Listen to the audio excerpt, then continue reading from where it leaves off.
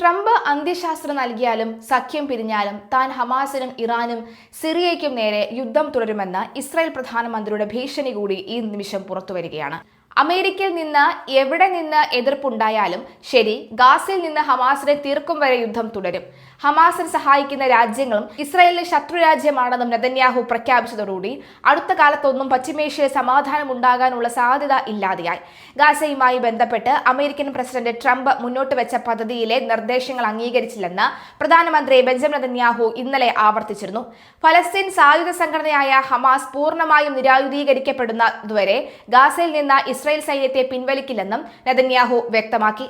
പശ്ചിമേഷ്യയിലെ സംഘർഷങ്ങൾക്ക് അയവ് വരുത്താനുള്ള ലോകരാജ്യങ്ങളുടെ ശ്രമങ്ങൾ പുരോഗമിക്കുന്നതിനിടയിലാണ് കടുത്ത നിലപാടുമായി ഇസ്രായേൽ പ്രധാനമന്ത്രി രംഗത്ത് വന്നിരിക്കുന്നത്. കഴിഞ്ഞ മാസം ഹമാസ് അംഗീകരിച്ച 15 പദ്ധതികൾ ഇസ്രായേൽ തള്ളുന്നതായി ഞായറാഴ്ച ചേർന്ന മന്ത്രിസഭാ യോഗത്തിലാണ് നെതന്യാഹു വ്യക്തമാക്കിയത്. ഹമാസ് ഭീകരന്മാർ ഗാസയിലെ തുരങ്കങ്ങളിൽ ഇപ്പോഴും ഉണ്ടെന്നും ഇവർക്ക് ഇറാന്റെ ആയുധ സഹായമുണ്ടായെന്നും നെതന്യാഹു ആവർത്തിക്കുന്നു. ഹമാസിനെ പൂർണ്ണമായി നിരായുധീകരിക്കപ്പെടുന്നതുവരെ അവസാനത്തെ ഹമാസ് നേതാവിനെ വധിക്കുന്നതുവരെയും ഇസ്രായേൽ സൈന്യം പോരാട്ടം തുടരുമെന്നും അതുവരെ ഗാസയിൽ നിന്ന് പിന്മാറില്ലെന്നുമാണ് നെതന്യാഹു വ്യക്തമാക്കിയിരിക്കുന്നത്.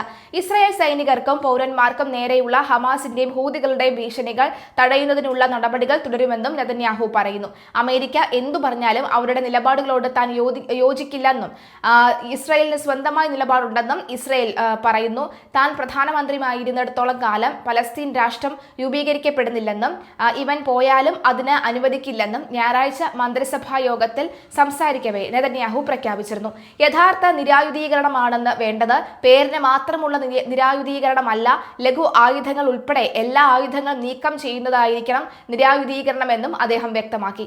15 പദ്ധതിയുടെ 1ാം ഘട്ടത്തിൽ ഹമാസിന്റെ ഭാരമേറിയ ആയുധങ്ങൾ, ആയുധ നിർമ്മാണ കേന്ദ്രങ്ങൾ, ആയുധ ശേഖരണങ്ങൾ, വിപുലമായ തുരങ്ക ശൃംഖല എന്നിവയിൽ ശ്രദ്ധ കേന്ദ്രീകരിക്കാനാണ് നെതന്യാഹു നിർദ്ദേശിക്കുന്നത്. പദ്ധതിയെ തകിടം മറിക്കാവുന്ന നിലയിലുള്ള ഏതെങ്കിലും സംഘടനകളും വീഴ്ചകളും തടയുന്നതിനായി മധ്യസ്ഥ രാജ്യങ്ങളും പദ്ധതിക്ക് ഉറപ്പു നൽകിയ രാജ്യങ്ങളും തങ്ങളുടെ ഉത്തരവാദിത്വങ്ങൾ നിറവേറ്റണമെന്നും ഇസ്രായേലിനെ പരോക്ഷമായി ലക്ഷ്യമിട്ട് ഹമാസ് ആവശ്യപ്പെടുന്നുണ്ട്. കഴിഞ്ഞ ഒക്ടോബറിൽ ഹമാസുമായി പ്രഖ്യാപിച്ച വെടിനിർത്തൽ നിലനിൽക്കുന്ന സാഹചര്യത്തിലും ഗാസയിൽ ഇസ്രായേൽ സൈന്യം നിരന്തരം ശക്തമായ ആക്രമണം തുടരുകയാണ്.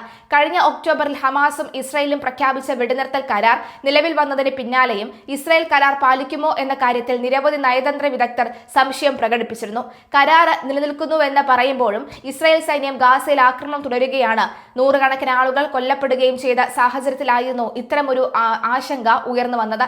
കഴിഞ്ഞ വർഷം ഒക്ടോബർ മധ്യത്തിൽ വെടിനിർത്തൽ ആരംഭിച്ചതിന് ശേഷം മാത്രം ഗാസയിൽ 1258 പേർ കൊല്ലപ്പെടുകയും 4000-ലേറെ പേർക്ക് പരിക്കേൽക്കുകയും ചെയ്തിട്ടുണ്ട്.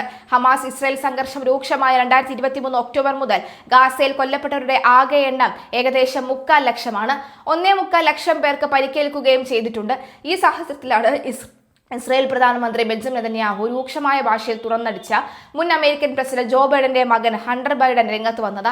നെതന്യാഹു മനുഷ്യരൂപം പൂണ്ട ചെകുത്താനാണെന്നും ഇസ്രായേൽ ഭരണകൂടത്തിന്റെ ഹണ്ടർ ബൈഡൻ അഭിപ്രായപ്പെട്ടു. അമേരിക്കയിലെ പ്രമുഖ കൺസർവേറ്റീവ് വലതുപക്ഷ അവതാരകനായ thunder കാൾസണുമായുള്ള the decker Carlsen show അഭിമുഖ പരിപാടിയിലാണ് ഹണ്ടർ ബൈഡൻ ഇത്തരത്തിൽ കടുത്ത ഭാഷയിൽ പ്രതികരണം നടത്തിയിരിക്കുന്നത്. ഇസ്രായേലിന്റെ നിലവിലെ സൈനിക നടപടികളെയും നെതന്യാഹുവിന്റെ രാഷ്ട്രീയ നിലപാടുകളെയും രൂക്ഷമായി കടന്നാക്രമിച്ച ഹണ്ടർ അവിടെ നടന്നുകൊണ്ടിരിക്കുന്ന അനീതികൾ കണ്ടില്ലെന്ന് നടിക്കാൻ ലോകത്തിന് കഴിയില്ലെന്നും അഭിപ്രായപ്പെട്ടു.